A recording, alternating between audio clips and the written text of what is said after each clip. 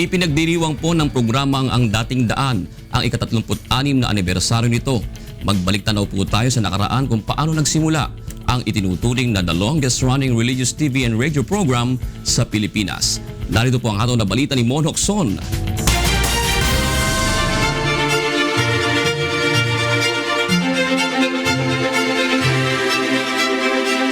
Taong 1980 nang simulang marinig ang programang Ang Dating Daan sa DWWA.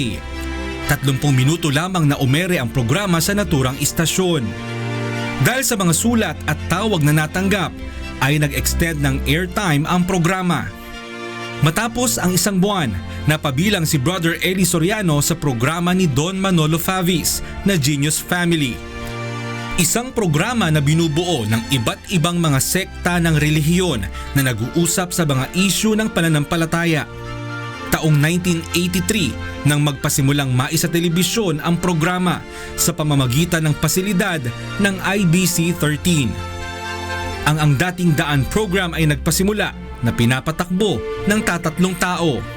Si Brother Eli na siyang host ng programa, si Kuya Daniel Razon bilang director, cameraman at editor, at si Sis Luz Cruz bilang researcher. Ngunit sa kabila nito, hindi pa rin lubusang nakikilala ng mga tao ang programa.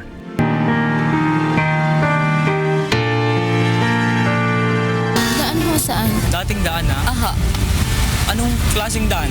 Kasi sabi niyo. Anong daan? Dating daan saan? Aha. Dating daan? Ako. Ewan, hindi ko alam. Ay po. Dating daan ako. Anong dating daan? Sa kabila ng mga pag-uusig at paninira ng iba't ibang mga kaaway, sinundan ng mga tao ang programa hanggang sa makarating ito sa RJTV 29, SBN Channel 21 at ngayon sa UNTV 37. Alam mo ba yung programang Ang Dating Daan? Gabi-gabi ko pinapanood dyan eh. Oo, siyempre naman.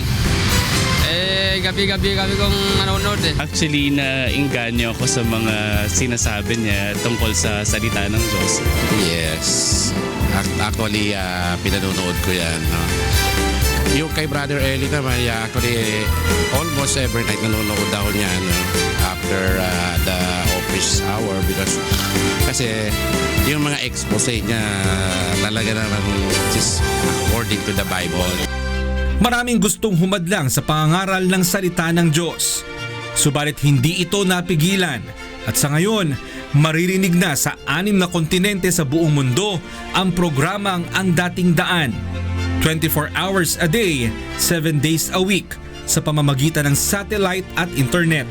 At ngayon, sa pagdiriwang ng ika-36 na taon ng programang Ang Dating Daan, lalo pa nitong paigtingin na marinig ng mas maraming mga tao ang balita ng kaligtasan.